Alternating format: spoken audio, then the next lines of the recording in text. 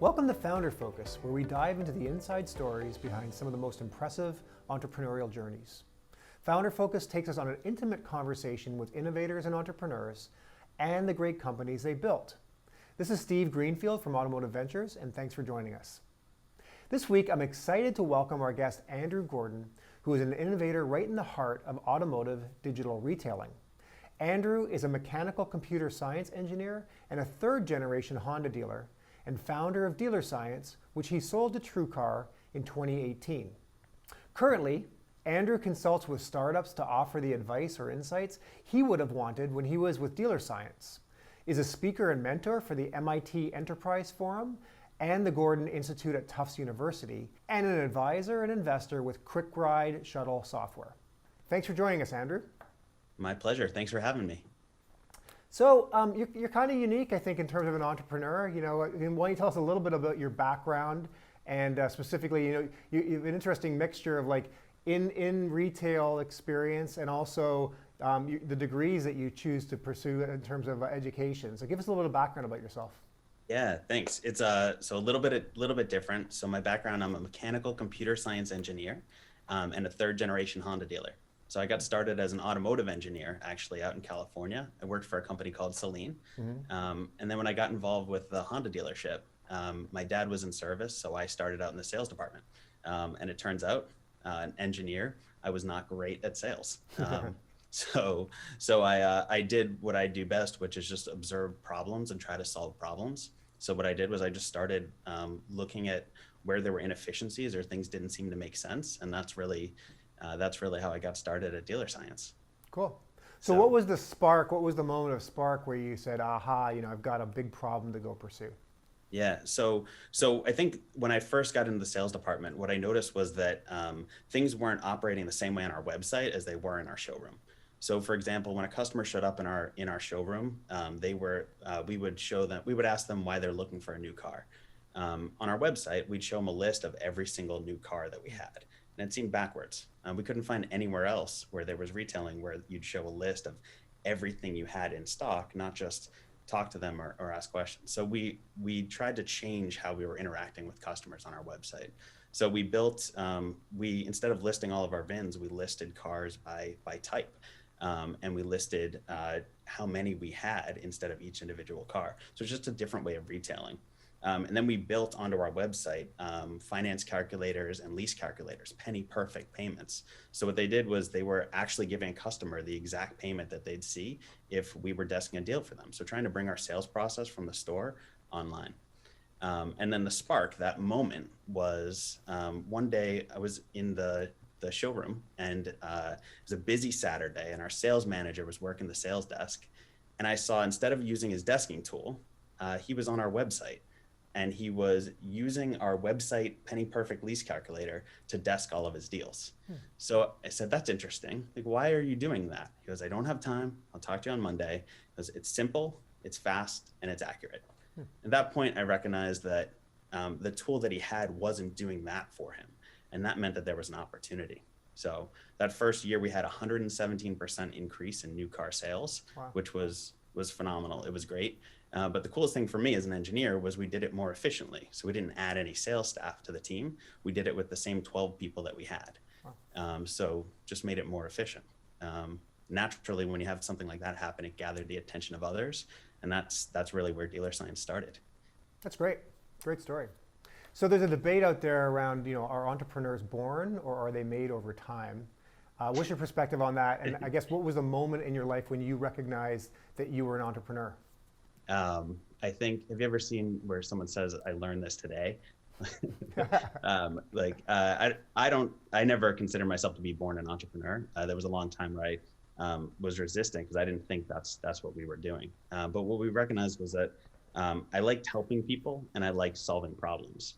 And that's what I did in the Honda store. And that's what we started doing for other stores, and recognized that the way that we could help more people and solve more problems was by getting this software in their hands. So it kind of happened into being an entrepreneur because it was the best way to help people and solve problems. Great. So I imagine there were ups and downs along your entrepreneurial path. If you have to reflect back and think about what was the hardest decision that you had to make as an entrepreneur? Yeah. I used to say that the working in a startup was like the highest highs and the lowest lows. Mhm. I would say the hardest thing was firing someone. That was the hardest choice, because it was one of the things that was such a big mix between a personal relationship with someone and what you felt objectively should be done for the business or for the team and the people around you. So just the mixing of those two things really really challenges you to think about your perspective on things. That makes sense, yeah. So the flip side of that, then you talked about the highest highs. So what was the highlight as you reflect back of your entrepreneurial journey? So the highlight, I think, is very clearly the day we got acquired. We had been working tirelessly for a few weeks, and I remember it being 4 in the morning before we were supposed to come in and have been acquired, and we were with Troutman Pepper, our law firm, finishing everything up. I went home and slept for a few hours and showed up on a stage in front of our team and said, "Guys, I have news. We've been acquired." And from there, I was able to share that people had got rewarded for their hard work with career trajectory changes and bigger opportunities to grow beyond what we were able to offer them, and bonuses that we had multiple people that cried at work that day. We had someone who was able to pay off their college loans. Oh, wow. It was the feeling that that you've fulfilled a long term promise that you had for people. So it was just this really I can't describe it. It was I didn't expect it to be like that. It was amazing. That's great. So it must be a really hard decision to kind of let go of the reins, let go of your baby that you've created. How did you decide that it was the right moment to sell your company? Yeah, it's really interesting, and I thought about that a lot when we went through the process. What we were doing was we were partnering with TrueCar on potentially being able to work with them on providing payments and helping with part of their tools. And we recognized the high caliber of their team and the amazing following that they had from a customer standpoint and from dealer standpoint, and the amazing talent. And we recognized that what we had solved was a complementary thing of understanding how dealerships desk deals and understanding dealership process, and being able to calculate penny perfect payments. And all of a sudden it occurred that this was actually a way where we could help more people and we could solve more problems than we could on our own. We'd be able to do that phenomenally on our current trajectory, but we'd be able to touch so many more people and help so many more people by doing it together with TrueCar. And that's when it really came together and really made sense. Makes perfect sense. So looking back and reflecting, any regrets, or what were your biggest regrets, if you've got a couple of regrets?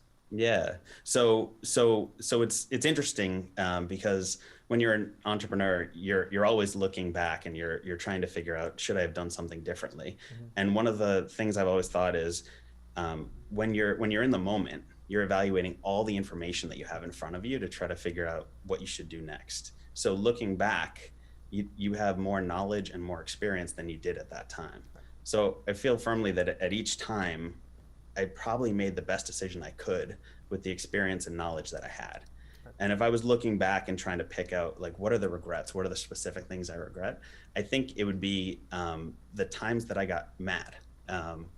It sounds silly, but anytime that I got mad, I didn't actually need to. It meant that emotion meant that I was emotionally involved in something that had an objectivity to it, where I really could have seen through empathetically the people or thing that was bothering me and understood their position more, to try to find a solution instead of fight them against it. There's a really great book on it. It's called Leadership and Self-Deception by the Arbinger Institute, and it just that's been a really great resource for understanding, really seeing situations empathetically and trying to see through to find a solution that works for everyone. Great, makes a lot of sense. So you're still relatively young in your career path here. New baby, I understand, a year old, right? A little Yep, girl. year old. What's the next chapter going to look like for you? Yeah. So my goal is to, it's really interesting, but it's as I started, which is to help people and solve problems.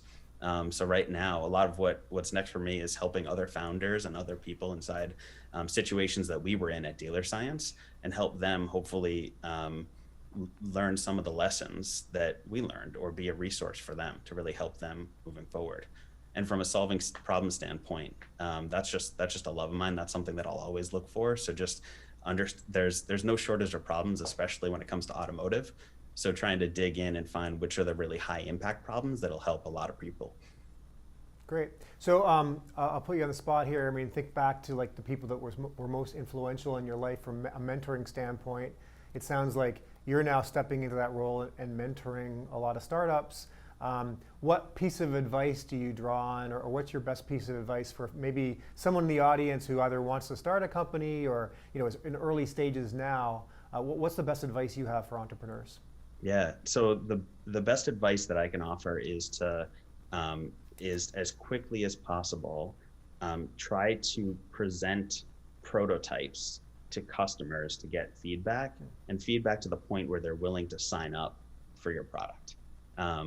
And that's to say, it's so often as product focused entrepreneurs will want to build something and then after that go sell it. And at the end of the day, our product is a solution to a problem. So we need to make sure that it actually solves that problem. And the best way that I've found to do that is to get a prototype or something at the beginning stages in front of customers as quickly as possible, so that they're able to commit to that. They're able to sign up. You could never lie, never be deceitful, but you can say something like, "We're planning on building this. Right. Can I count on you to sign up when we have it in 12 months?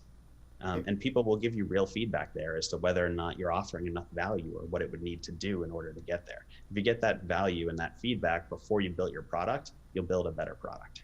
Yeah, it makes perfect sense. I've heard numerous times that the best way to validate is if a customer is willing to pay for a product before it's even built.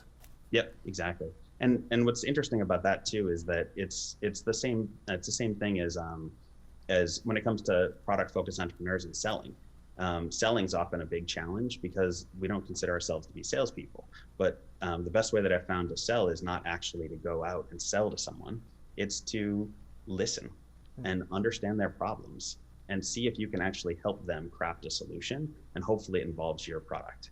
Then you're actually chasing a real need instead of trying to push your product. And you're actually, people can understand exactly what you're doing for them too. They understand, they appreciate the sincerity that comes with that. Great. So it sounds like you've been in the car business all your life, and you have probably driven some pretty interesting cars over time. If you could own any car in the world, what would it be? Ooh, so I would have to say, personally, from my standpoint, it would have to be an Aston Martin. I'm very, very partial to those. I've always loved just the engineering, the beauty of the cars, and just the balance that they're able to offer. Very cool, very cool. Well, thanks, Andrew. Thanks for your time today. Really good catching up and hearing a little bit about your journey. And with that, we'll wrap. So that's it for this week's Founder Focus, our dive into the inside stories behind some of the most impressive entrepreneurial journeys. Please feel free to contact me anytime. Here's my email address, and I look forward to catching up with you to discuss the industry. Thanks for tuning in for this week's Founder Focus. We'll see you next week.